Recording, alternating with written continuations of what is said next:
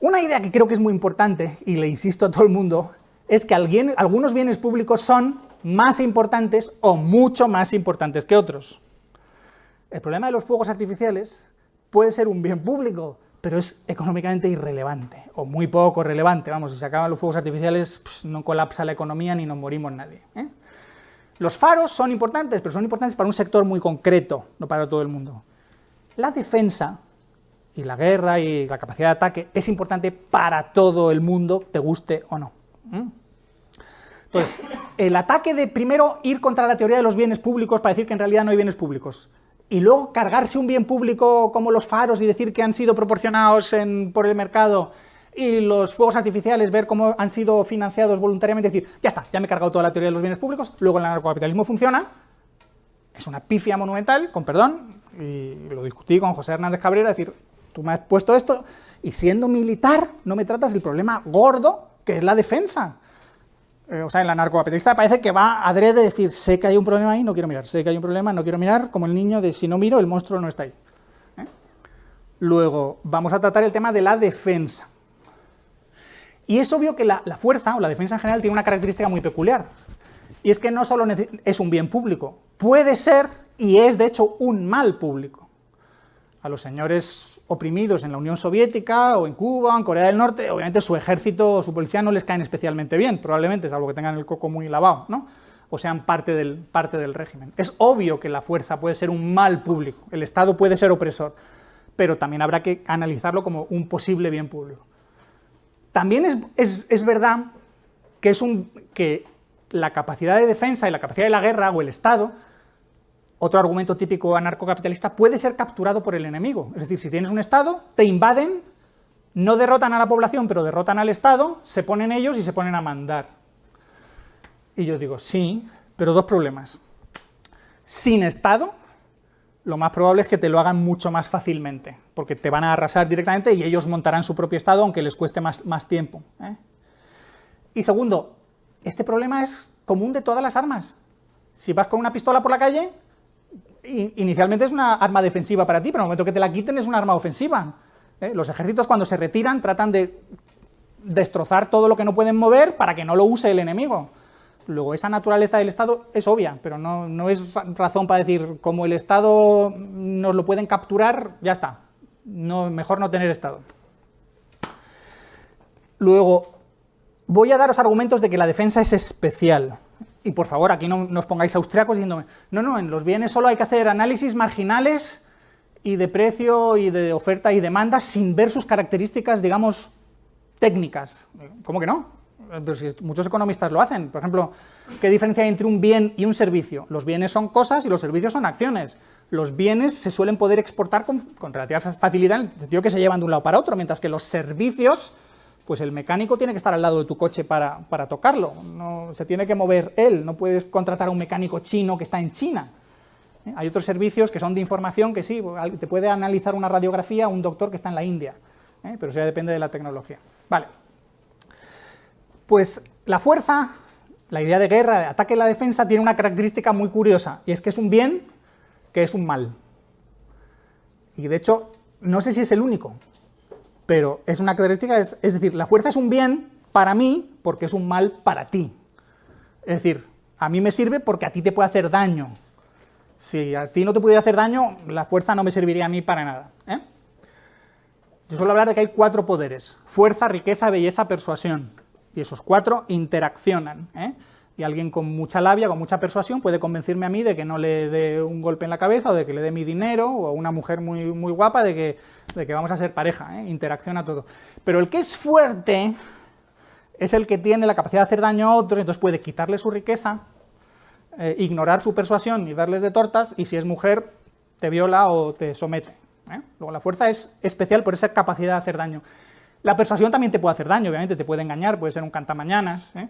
La belleza puede capturarte y hacerte sufrir de no consigo esto, y la riqueza pues, se puede usar para todo lo que queramos, ¿eh?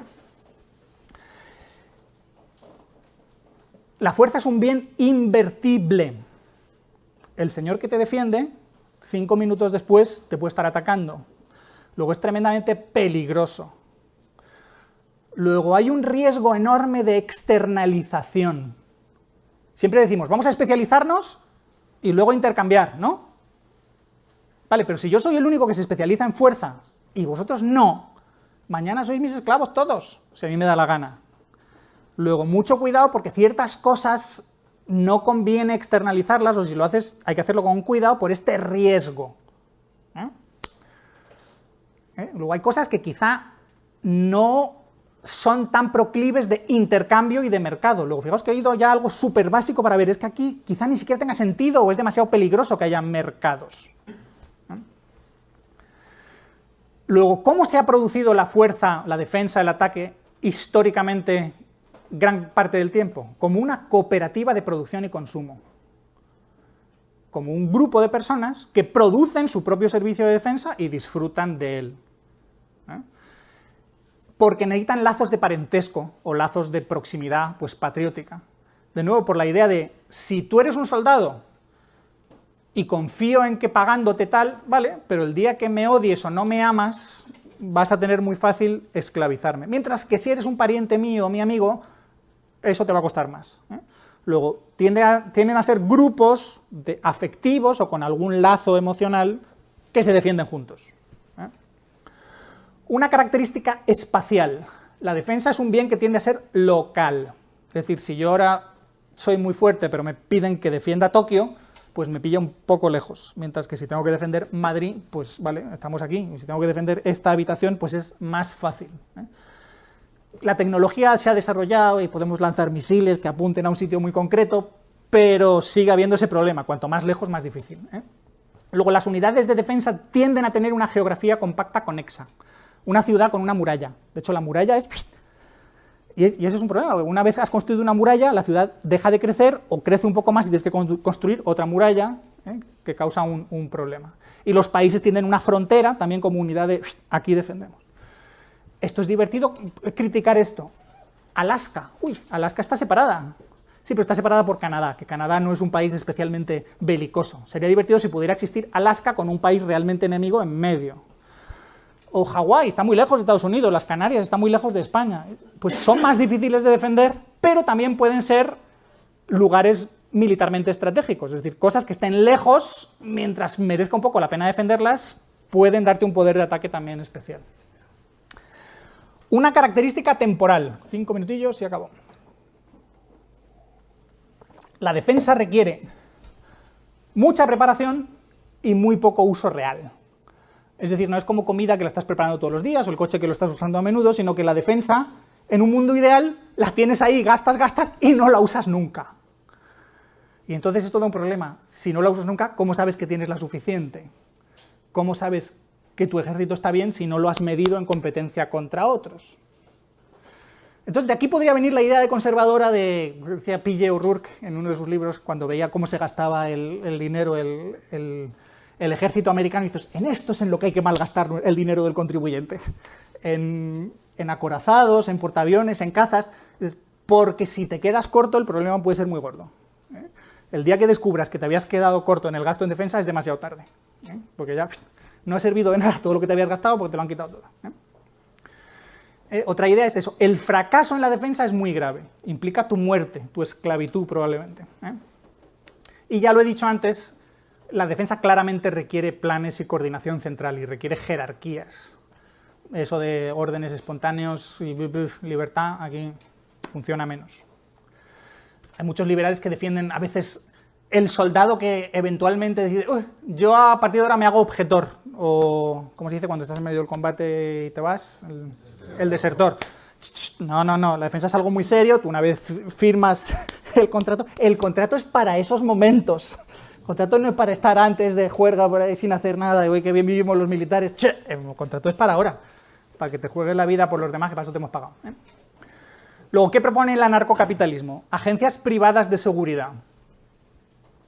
La fuerza, agencias de fuerza y también, sobre todo, compañías de seguros. Para evitar el tema de la fuerza, todo el mundo tendría que estar asegurado por alguien. El problema es, Gabriel Calzada ya lo mostró en su tesis, es una pena que no esté publicada, que las compañías de seguro tienen un problema, y es que tienen que tener sus activos en algún lado.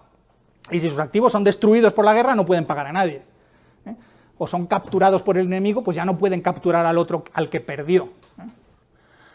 Luego, hay la idea de las distintas agencias de fuerza podrían pegarse entre ellas, como mafias o simplemente como estados en guerra, y esto podría desencadenar en escaladas de agresiones y represalias. Aquí el problema es cuando el anarcocapitalista dice, no, seguro que no, o hay gente que dice, es que esto desencadena seguro, yo les miro a los dos y digo, pero ¿cómo estoy seguro? Pues quizá una cosa o la otra, depende del carácter, de cuántas relaciones comerciales tengan, de cuánto se odian, de qué necesidades de invadir al otro tengan, pues depende. Lo que ya me pone un poco nervioso es cuando el ANCAP dice, la agresión no interesa, porque la fuerza siempre es cara y ineficiente. Y entonces yo digo, acércate a un león y explícaselo, por favor. Pero ¿para qué cazas cebras? O búfalos, si no, lo que tienes que hacer es llevaros bien y cooperar. Pues en el mundo humano lo mismo. Hay gente que su especialización o su habilidad es la fuerza. Y les va a atacar a otros, conquistarlos, esclavizarlos, someterlos, lo que sea. Entonces si a esto les insistes, no, es que en el mercado vivirías mejor, porque todos viviríamos mejor, él te puede decir, no, yo subjetivamente, para que veas que conozco al austriaco, creo que viviría peor, luego voy a seguir conquistándote, perdóname.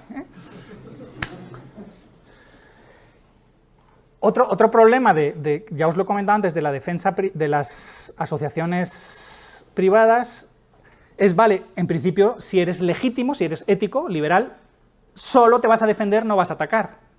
Pero ahí es que os planteo el problema. ¿Esto es posible? ¿Es posible garantizar de algún modo que teniendo ese recurso, haciendo esos gastos en defensas, no los uses eventualmente para atacar? Otra guerra privada o no estatal que defienden los anarcocapitalistas es la guerrilla. Y entonces Bastos y otros te ponen todos los ejemplos de las guerrillas. Y yo les digo, ¿me quieres explicar alguna guerra que la haya ganado alguna guerrilla sola? No las hay. Vietnam no la gana... Primero, Vietnam no eran guerrillas. Era un ejército, lo que pasa es que actuaban como si fueran guerrillas, pero era un ejército. Y además patrocinado por los chinos, pero vamos. En España, muy orgullosos de expulsar a los franceses porque vinieron a ayudarnos los ingleses. Si no, Curro Jiménez y tal es muy bonito, pero no eran más que moscas cojoneras contra el invasor. Luego las guerrillas, es interesante analizarlas, pero sinceramente no me creo que puedan ganar ellas solas. Los corsarios en el mar. Vale, pero es en el mar. El mar es un sitio muy especial, donde no hay concentraciones de gente, donde hay una ciudad asediada, sino que vas a un barco y quizá los otros barcos que puedan defender a ese están muy alejados, y entonces el mar es un sitio especial. ¿Pueden funcionar los corsarios? Es posible. En ese momento, en el mundo actual de hoy, más complicado. Otros ejemplos que ponen es, bueno, los policías privados o los mercenarios en barcos en Somalia, esas cosas. Pero de nuevo, son problemas como muy locales y muy parciales. Ahí no me estás defendiendo el problema, no me estás resolviendo el problema de la defensa gordo y en general, sino me estás explicando que hay parches o complementos que pueden ayudar. Vale. Mercenarios. ¿Ha habido ejércitos de mercenarios en la historia? Sí. El problema es que yo digo que es inversible. El ejército del mercenario que hoy te defiende, mañana te liquida. Luego, si tú no tienes cierta capacidad defensiva, estás a su merced, o a merced de otro que le pague más. Y si eres una unidad pequeñita, no sé qué película vi, era una película sobre la vida de una cortesana en Venecia, que se tiene que acostar con el rey de Francia, porque el rey de Francia llega y es el rey de Francia. Y los ducados, Venecia y todos estos, pues son organizaciones políticas pequeñitas. ¿Quién creéis que va a ganar si el rey de Francia se le mete entre ceja y ceja que va a conquistar aquello? Luego, cuidado con la idea de unidades pequeñitas y recurrir a mercenarios, porque quizá no funcione. Otra idea es ir todos armados, y yo lo que propongo es que, en parte, es que todo el mundo tenga una cierta capacidad bélica para no ser el PLL de otros, para no ser dominado por otros.